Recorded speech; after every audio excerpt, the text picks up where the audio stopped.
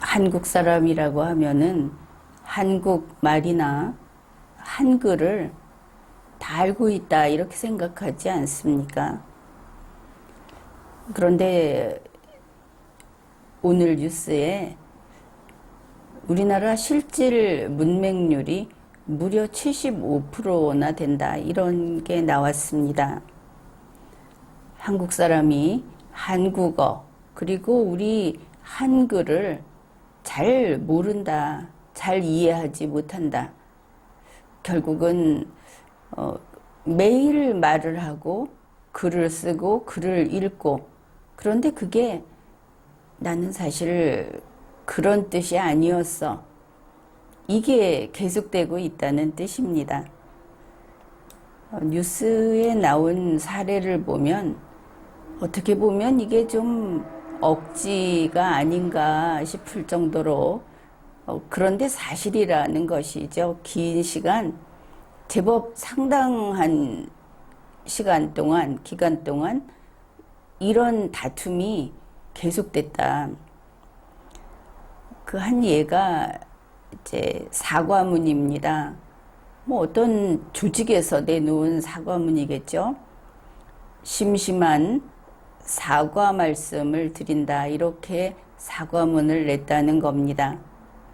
그러니까 여기에 대중이 분노를 폭발시켰다. 그 반응들이 이런 겁니다. 나는 하나도 안 심심하다. 너희들 대응이 아주 재밌다. 이제 비꼬아주는 그런 글이고, 심심한 사과 때문에 더 화가 난다. 아니 왜 굳이 심심한 이렇게 적어야 했냐. 그러니까 이제 부활을 돋궈주고 있다. 이런 글이고, 또 무슨 회사가 사과문에 심심한 사과를 주느냐. 앞으로 이 공지글을 올릴 때는 생각 좀 하고 생각이 좀 있는 사람이 올리도록 해라. 이제 이런 진지한 반응이 나온 겁니다. 그런데 이게 우리 한국어를 글로 써놨으니까 그렇기는 한데 이 발음만 제대로 해도 분명히 구분이 되었겠죠. 물론 우리 국민 가운데에는 이것을 똑같이 심심한 이렇게 읽는 국민들이 아마 많을 것으로 봅니다. 더구나 지금 이 시대에는 그렇죠. 우선 앞에서 읽을 때 심심한 사과 말씀을 드린다 이렇게 읽었습니다. 그런데 그렇게 들었다면 심심한 이게 지루하고 재미없다, 따분하다 그런 뜻은 아니구나 이렇게 알아들었어야 하는데 그러한 어조의 차이도 구분하지 못하고 그 뜻도 구분하지 못한다. 이 농담이 아니고 싫어합니다. 그런데 정말 이 사람들이 분노한 사과하면서 어디다 대고 심심하다고 하느냐 할 때는 심심한 이렇게 발음이 돼야 하죠. 여러분 구분됩니까? 심심한, 심심한. 분명히 우리 한국어에도 고적, 강약, 그리고 간격 이런 성조가 있습니다. 이건 어조라고 하면 되는데 요즘처럼 무조건 말을 빠르게 하고 축약해서 하고 이렇게 되면 이 문화를 습득하지 못하게 되죠. 다음 세대가 학습을 하지 못하게 됩니다. 그래서 바로 이와 같은 일이 생기고 결국은 자기들이 못 알아들으면 자기들이 글자를 모르는 무식한 사람이 되고 만다. 그것을 알 수 있습니다. 이러니까 무료하다 이런 말을 공짜다 이렇게 알아들을 것이다 그런 생각이 들죠.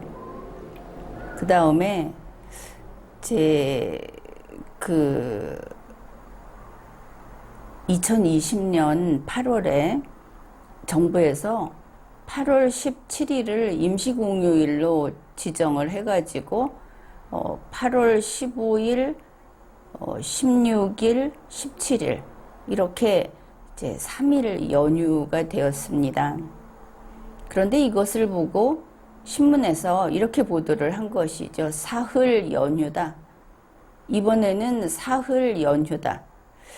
이랬는데 사흘이라고 하는 것을 사흘은 3일이죠. 4일이 아닙니다. 그런데 이거를 4일로 알아듣고 왜 3일을 사흘이라고 하느냐. 이렇게 막 항의를 하고 또 옥신각신했다고 합니다. 이것도 이제 여러분은 이미 그 발음을 듣고 구분했죠. 자, 1, 2, 3 해서 3일, 4일, 3일, 4일, 사흘, 4일. 발음이 아예 다릅니다. 우리 한국어를 발음을 제대로 못하는 사람이 많다.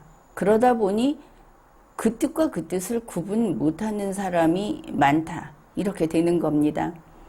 그런데 이거는 단지 어조라든지 발음, 우리 것에 대한, 우리 말과 글에 대해서 이방인 같은, 외국인 같은 국민이 늘어났다는 뜻도 되지만 또 이러한 이야기는 전후 문맥을 따져보면 알아서 이해를 하게 되어 있죠. 같은 발음이라도 뜻이 다르고 그게 한자가 다르다든지 아니면은 그 유래가 다르다든지 그런 경우에는 당연히 쓰임이 다릅니다. 이거를 구분하지 못한다. 이거는 단지 말의 문제가 아니고 우리 한국인들이 점점 한국인이 아니게 되어 간다. 우리 한국인으로서의 그 공통된 문화, 아주 뿌리 깊은 이런 것이 옅어지고 없어져 가고 있다. 이런 뜻이 되는 겁니다. 심각한 것이죠. 이제 이렇게 국가라는 데 있어서 동질성을 찾고 뭐 남북 간의 동질성 이야기를 하는데 그거 그만두고 우리 대한민국 국민 사이에서 이런 동질성이 자꾸 희박해지고 옅어지고 이렇게 되면 나라가 쪼개집니다. 그리고 그런 국민은 그냥 집단 이주를 시켜도 별 반발 없이 새로운 곳에 정착을 잘 한다고 하죠. 그러면서 이제 국가가 쉽게 없어지게 된다. 독자성 이런 게 없어지고 있다는 뜻이 됩니다.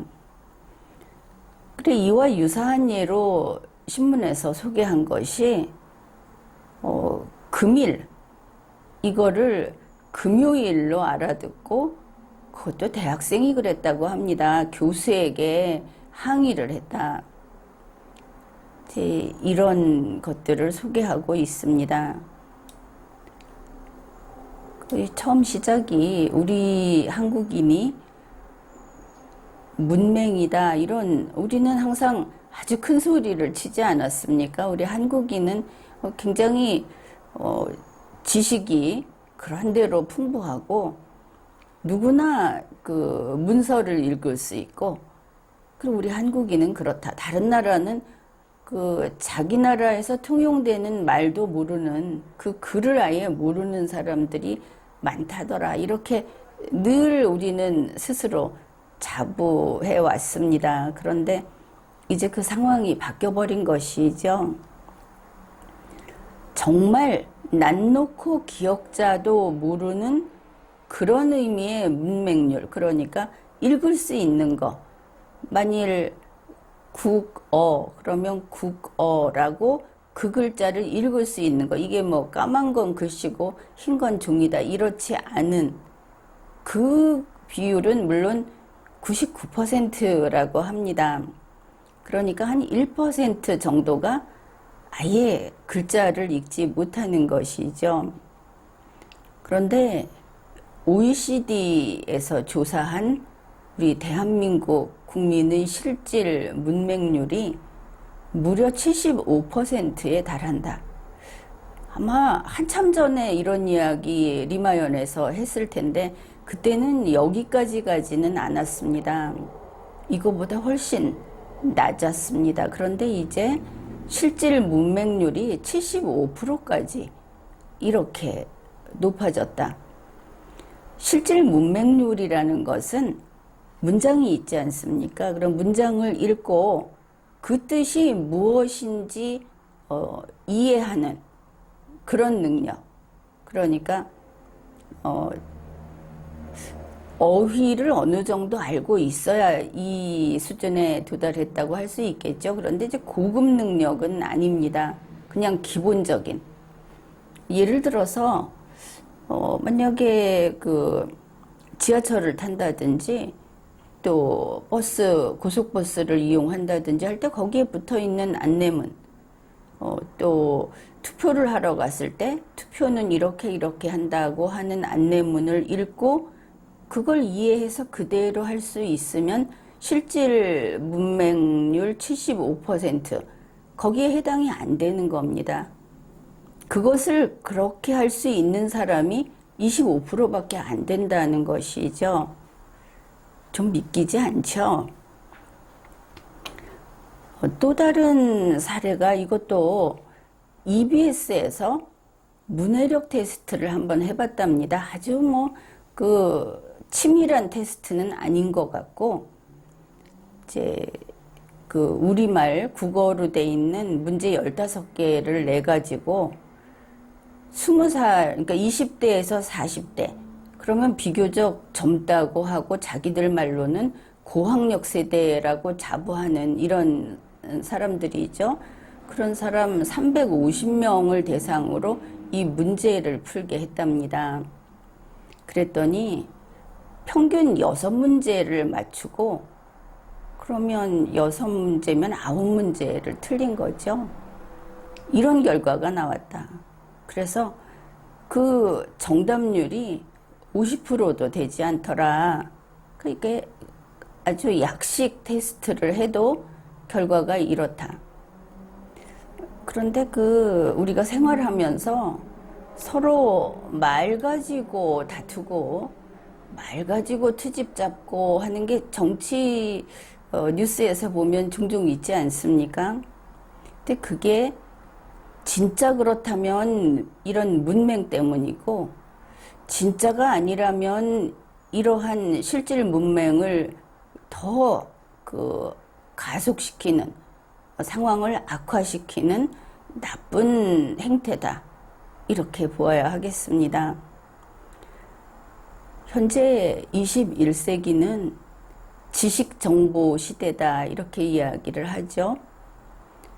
우리가 모니터를 보고 혹은 스마트폰을 보면서 거기서 보는 게 무엇이냐 하면은 물론 소리도 많습니다. 그런데 이제 아주 대량 정보를 내보내는 것은 압축된 정보를 내보내는 것은 오프라인과 마찬가지로 거기도 문자가 되겠죠.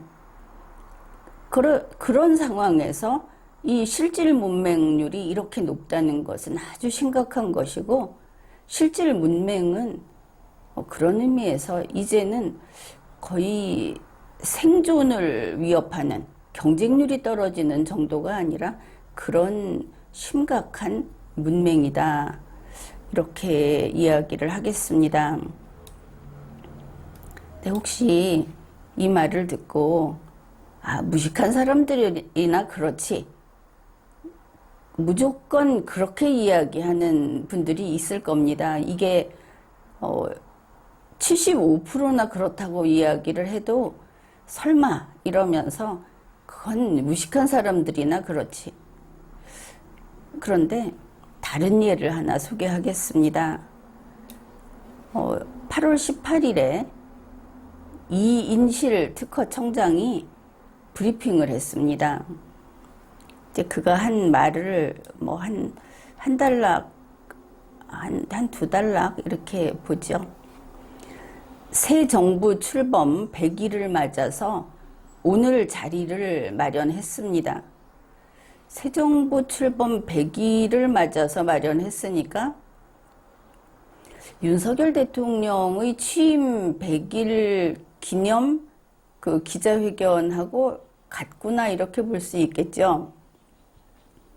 특허청장 말이 사실 나도 취임한 지가 오늘로써 80일이 됐습니다. 곧 100일이 되겠죠. 이렇게 말을 했습니다. 여러분 이 대목에서 어떻습니까? 이 사람은 그 말을 하는 그 절도가 없다. 참 정신이 없구나 이런 느낌일 겁니다. 어디서 윤석열 대통령하고 특허청장이 맞먹겠다고 하는 것이냐.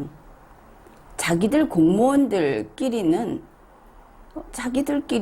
서열이 엄연히 있는데 그리고 예의상 이건 아니다. 그렇게 보이죠. 또 어떻게 보면 윤석열 대통령과 지금의 그 정부가 야, 이렇게 자유분방하구나. 위아래도 없고, 이렇구나. 그렇게도 보입니다. 지금 내가 한 이야기가 칭찬으로 들린다고 하면 그분도, 아, 나도 문맹인가 생각해야 합니다. 이거는 무시하는 겁니다. 어떻든 곧 100일이 된다고 하니까 특허청장도 취임 100일 되면 떡하니 차려놓고 기자회견하려고 하는가 그런 생각도 듭니다. 그가 이렇게 말을 했습니다. 최근에 누리호 발사 아시죠? 여기서 윤석열의 말투가 딱 생각나죠. 그러나 이렇게 말하는 것은 국민을 상대로 브리핑을 하는 사람이 할 도리가 아닙니다. 그냥 한마디로 떡새나 마당새가 쓰는 말입니다. 더구나 여자가 이런 말을 쓰면 주막집 소뚜껑 같은 손의 소유자인 주막집 아낙네 같이 보이지 않는가?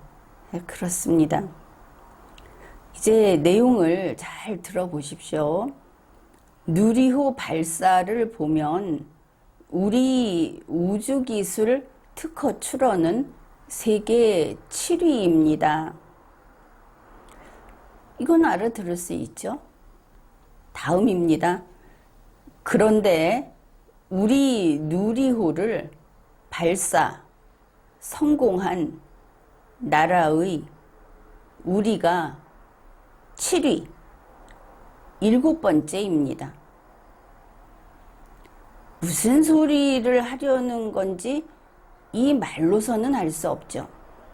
이 사람은 실질 문맹이 아니라 한국어를 쓰는 능력이 아예 박약한 겁니다. 이 정도 되면 공적인 어떤 임무 수행을 하기에는 부적절하다. 그 능력이 미달된다. 이렇게 보면 되겠습니다. 그 다음입니다. 이렇게 정말 소름 끼치도록 우리의 어떤 기술 성장 정도와 특허 출원은 상관관계를 가지고 있습니다. 이게 대한민국 정책 브리핑입니다. 그런데 특허청장이 이 이야기를 하면서 이렇게 정말 소름 끼치도록이라고 했는데 이 표현은 어떻게 봐도 이 상황에서 이 대목에서 쓸 수 없는 표현이죠. 소름이 끼친다 하는 것은 지금 청소년들이 이거를 역으로 소름 끼치게 좋아 이런 말을 쓰기도 하지만 그것은 우리 한국어 그 어법에 맞지 않습니다. 소름이 끼치는 것은 그걸 좋아해서도 안 되고 좋을 때 쓸 수 없는 것이죠. 보통 소름이 끼친다 하는 것은 끔찍하다. 그리고 정상적이지 않다. 그리고 바람직하지 않다. 이럴 때 쓰이는 그런 표현입니다. 어떻든 누리호 발사하고 기술 성장, 특허 출원, 뭐 그래 세계에서 몇 위인가 하는 이런 것들은 이건 그냥 사무인 것이죠. 논리적이고 과학적인 그냥 사무처리입니다. 이거 소름 끼칠 일이 아닌 것이죠.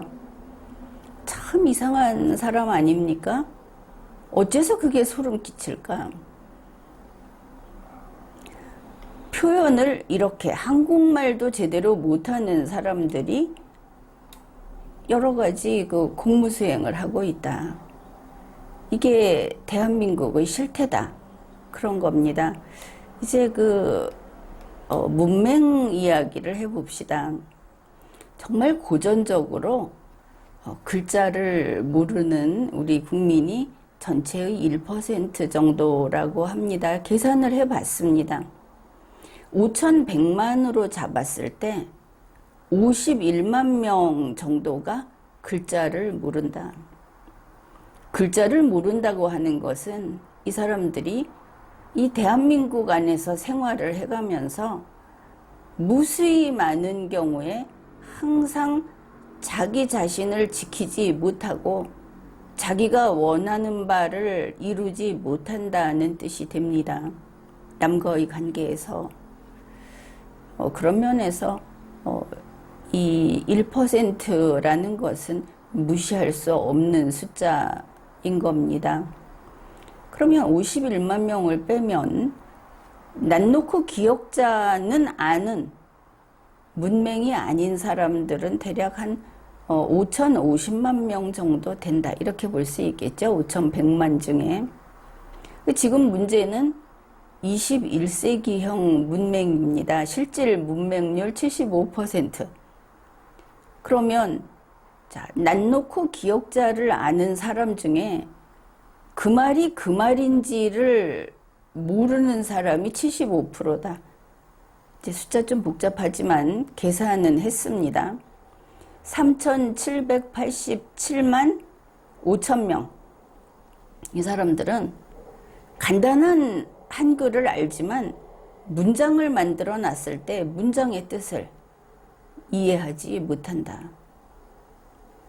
그러면 이런 의미에서 문맹이 아닌 사람들이 몇이냐? 1,262만 5천 명입니다.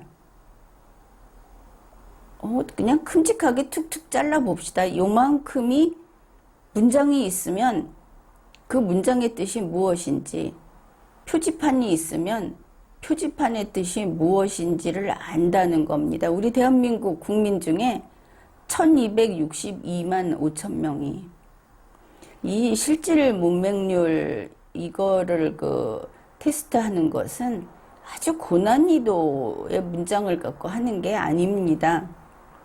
그러니 간단히 말하면 국민 4명 중에 1명만 읽은 문장의 뜻을 정확히 파악한다. 그런 뜻입니다.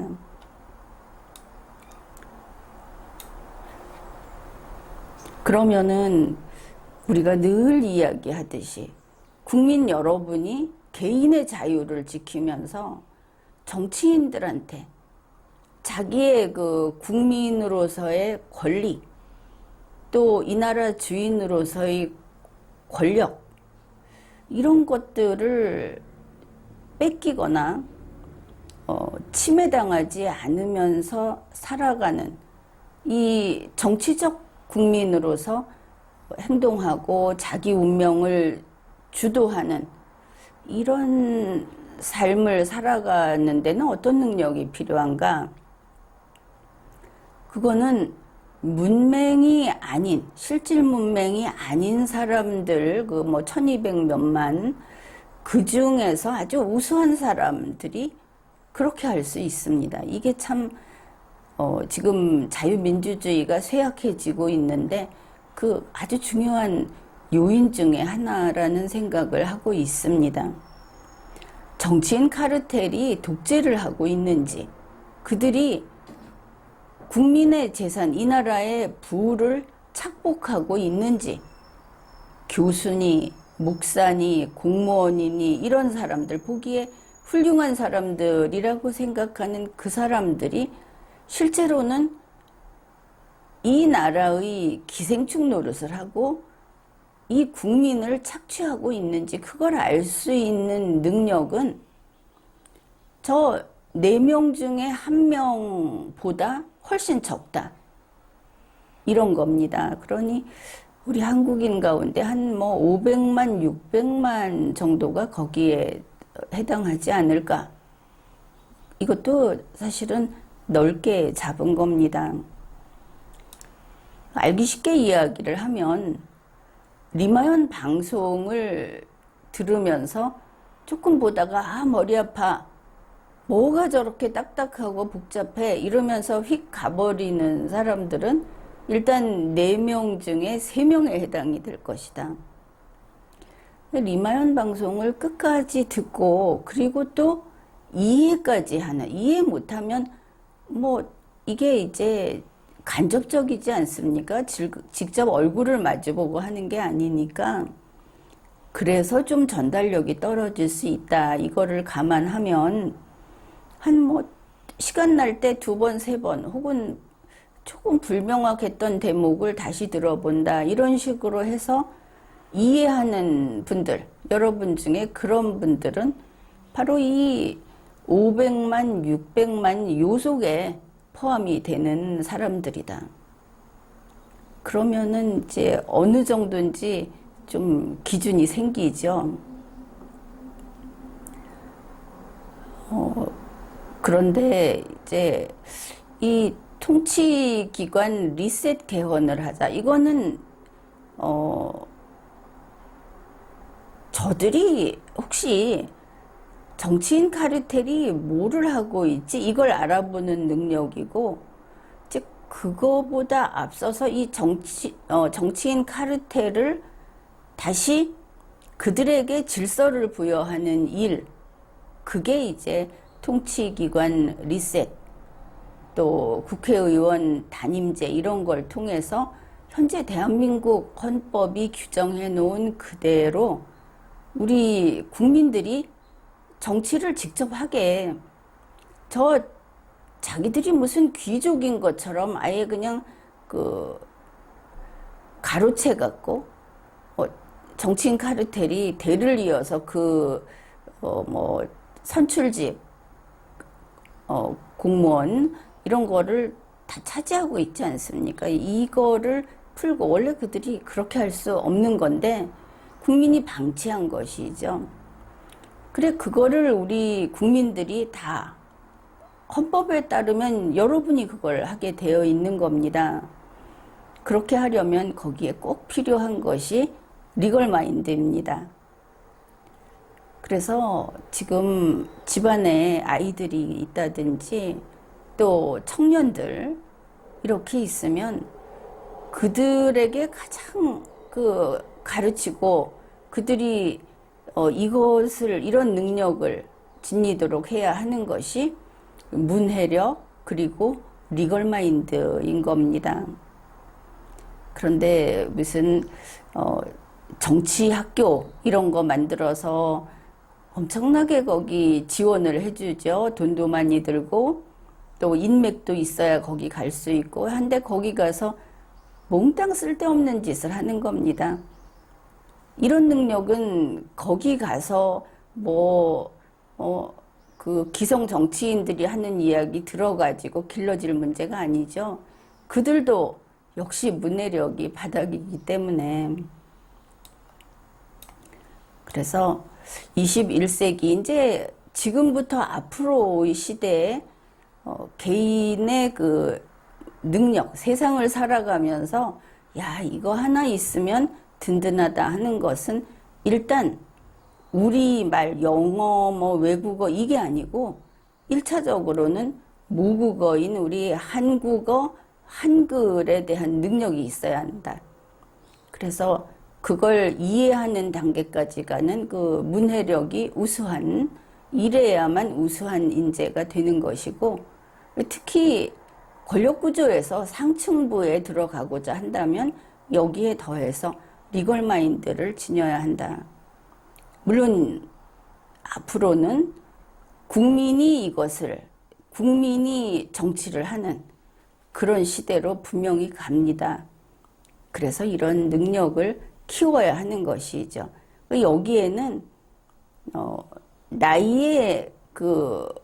나이가 적고 많고는 상관이 없습니다. 자기가 살아있는 동안 이것을 추진해서 기회가 빨리 올 수 있고 또 그렇게 되면 우리나라에 좋은 일이니까.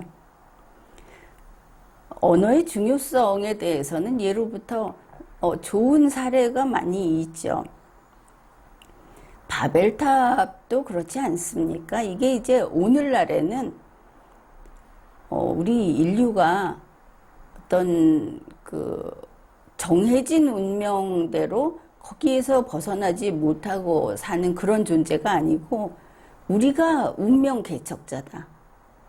이렇게 됐을 때 이 언어라는 것이 얼마나 중요한가를 알려주는 이야기다. 지금은 그렇게 풀이를 하고 있죠. 그 다음에 과거에 보면 라틴어를 알고 있는가 아닌가로 따라서 그 사회적 신분이 달라졌습니다. 절대 다수가 라틴어를 몰랐죠. 그 사람들은 영락없이 피지배민으로 살았습니다. 이제 과거에 그런 일이 있었다. 바로 그런 것과 연결지어서 우리의 자유민주주의, 인간 개인이 존엄한 존재다. 좀 과거로 치면 왕이라고 해서, 지금 같으면 대통령이라고 해서 이 존엄한 개인에게 그 어떤 것도 강제할 수 없다. 그게 자유민주주의입니다. 그런데 이 자유민주주의에 그러면 자유민주주의는 뭐가 특징이냐? 이렇게 묻는다면 그의 정신을, 그의 마음을 강제할 수 없다. 몸이야 좀 묶거나 잡아당길 수 있지만 그의 정신, 그의 마음을 마음대로 한다고 하면 이건 아예 독립성이 없는 것이죠. 다른 사람에게 세뇌돼서 어딘가에 푹 빠져서 혹은 누군가의 힘에 굴복해서 이렇게 살아가는 사람들은 사실은 존엄한 개인으로서의 능력이 없는 무능력자라고 봐야 합니다. 그래서 이 존엄한 개인인가라는 기준이 바로 양심의 자유를 누리고 있는가, 그 다음에 학문의 자유를 누리고 있는가.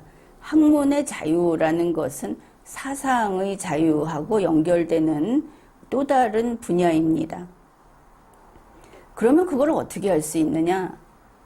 다 내심의 것인데 그걸 알 수 있는 게 언론의 자유입니다. 이거 언론사의 자유가 아닙니다. 그래서 자기가 생각하는 바를 밖에다 펼칠 수 있고 자기의 주장, 이념, 이론 이런 것들을 글로 써낼 수 있고 방송을 할 수 있고 하는 이게 언론의 자유입니다. 그래서 이 모든 것이 자유민주주의의 징표다. 절대 손을 대서는 안 되는 거다. 이런 뜻입니다. 그런데 우리 대한민국은 의외로 자유민주주의가 자랄 수 있는 이 기반이 대단히 약합니다. 간단한 예로 우리가 자주 접하는 이 SNS에서 이 한국 정부는 개인의 자유를 중국 시진핑처럼 통제하고 있습니다. 그러니까 귤이 회수를 건너면 탱자가 된다 이러듯이 미국의 유튜브가 한국에 들어오게 되면 탱자가 돼버리는 겁니다. 시진핑의 틱톡이 돼버리는 것이죠. 그러면 그게 어제의 일이고 오늘의 일은 아닌가? 그게 그렇지 않습니다.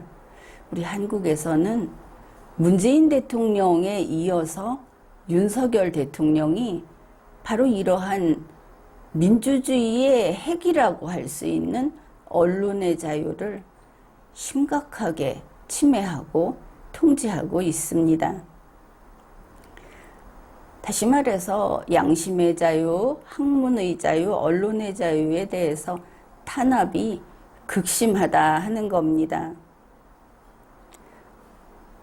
리마연 이야기를 하면 리마연에서는 바로 이 탄압의 핵심이 되고 있는데, 안 그래도 그런 뉴스 나오지 않았습니까? 무슨 폭력적이다, 또 뭐 어떻다 해가지고 유튜브 채널을 삭제해달라고 한국 정부가 그렇게 그 요구한 건수가 많다 알고 있죠. 그런데 해외에서 이상하게 생각하는 것이, 거기에 왜 정치 시사 유튜브 채널을 삭제하라고 했느냐. 그게 많았다. 이것도 봤을 겁니다. 현재 리마연은 영상을 올리면 그게 이제 분류가 있지 않습니까? 무슨 다른 뭐 먹는 영상, 먹방, 여행 영상, 뭐 이런 거라면은 모르겠는데, 여기는 정치 시사죠. 정치 시사로 올라가면 무조건 그 빨간불이 붙습니다. 그리고 나서 이제 흔히 말하는 노란 딱지가 되는 것이죠. 노란 딱지가 붙으면 이게 옆에 홍보하는데 홍보가 안 됩니다. 당연한 거 아닙니까? 유튜브는 지금 유튜브에서 광고가 붙는데 그게 유튜브 장사입니다. 유튜브가 돈을 버는 것이고, 자기네가 돈을 벌게 되니까 그 광고판을 걸어 놓는 리마연 채널에 뭐 얼마, 뭐 몇십 % 이렇게 띄워주는 겁니다. 여러분들이 이걸 약간 오해하는데, 리마연이 광고를 붙이는 게 아니고 우리는 그런 능력이 없죠. 유튜브가 다 알아서 합니다. 그런데 광고가 안 붙는 채널은 유튜브 입장에서는 이익이 덜 나는 채널이죠. 그래 옆에 홍보할 수 있는 칸은 제한돼 있고 광고 붙는 영상을 주로 홍보를 한다. 이렇게 간단히 생각하면 됩니다. 그래서 안 보여주는 것이죠. 만약에 영화를 보게 되면 저 뒤에 3층에서도 맨 끝에 줄에 자리를 배치한다. 그래서 앞에서 잘 안 보이게, 만약에 사람들이 보는 곳에 세운다면 저 구석진 곳에 배치를 한다. 이게 노란 딱지의 의미입니다. 노란 딱지를 붙인다고 해서 뭐 미워하는 사람들은 그거 광고비 좀 벌겠다고 노란 딱지 갖고 항의하느냐 그러는데, 그런 문제가 아닌 것이죠. 그런데 리마연은 이건 여러분이 알고 있죠. 리마연은 누구를 해코지 한다든지 폭력적인 내용을 다룬다든지 아니면은 남의 권리를 침해하는 저작권 침해라든지 하는 거 없이 정말 100% 창작입니다. 다른 경우에는 100% 창작은 좀 드물죠. 뭐 뉴스를 갖다 한다든지 방송을 갖다 한다든지 그게 꼭 범죄라는 건 아니고, 필요할 때는 서로 그렇게 하는 것도 좋습니다. 그런데 리마연은 그게 사실 0입니다. 전혀 안 가져오죠.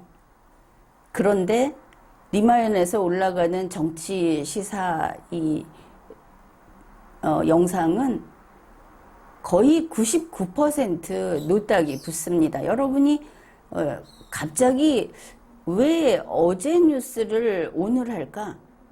이렇게 생각할 때가 있을지 모르겠는데, 그게 사실은 다 어제 방송한 거다. 그걸 못 걸고 기다렸다가 오늘 올리는 거다. 이런 뜻입니다. 그러면은 이제 이런 나라, 자 리마연 같이 이 정치 시사에 대해서 옳고 그름을 이야기하고 헌법에 이게 어떤 게 어긋나는지를 이야기하고 이런 것은 반드시 있어야 하죠. 이걸 눈꼴시어 하면 그건 독재입니다. 그렇지 않습니까? 그런데 이걸 이렇게 막고 있다. 그런데 이게 우리 리마연의 그 고초, 거기에 그치지 않는다는 것을 알아야 합니다. 최근 그 신냉전 이야기를 했죠. 이렇게 되면서 자유세계는 더 자유세계를 추구합니다. 안 그래도 EU 같은 경우에는 이렇게 독재국가, 인권탄압국가의 물건은 요번에는 이거는 우리가 여기서 그 거래를 못하게 하겠다 이렇게 정하고 있죠. 그게 지금 앞으로 그 한국처럼 더구나 이런 그 21세기에 SNS에 대한 통제, 직접 사실은 이렇게 노딱을 미리 보고서 노딱을 거는 거는 헌법이 금지하는 검열에 해당됩니다. 그런데 이게 미국 유튜브가 하는 게 아니고 한국 정부가 이러한 요청을 하고 한국 기업이 여기 협조하고 있는 것입니다. 그래 이게 괜찮은 것이 아니다.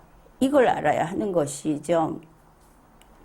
앞으로는 사람을 고문하고 이런 게 아니고 이런 식으로 언론 탄압을 함으로써 국민을 정보로부터 그 격리시켜버리는 이런 독재 정부에 대해서 교역을 끊겠다. 이게 자유세계의 지금 지침입니다.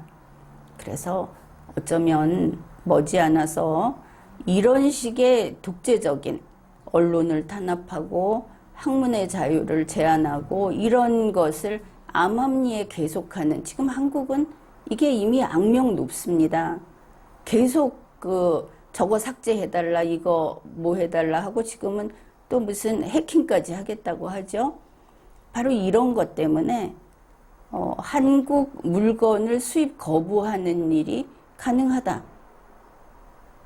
이거 진담입니다. 언론을 탄압하고 인간을 차별하는 것은 용납되지 않는 것이죠.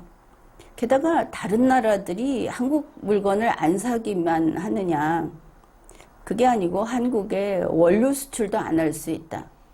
앞으로는 곡물 수출 이런 거에서 무슨 밀 수출을 막는다든지 정말 그런 그 험악한 일도 있을 수 있습니다. 바로 신냉전이라는 것은 이런 시대로 가고 있는 거다. 그걸 알아야 하겠습니다. 이거는 어떻게 이야기하다 보니까 여기까지 가게 되었습니다. 지금까지 리걸마인드 연구소였습니다.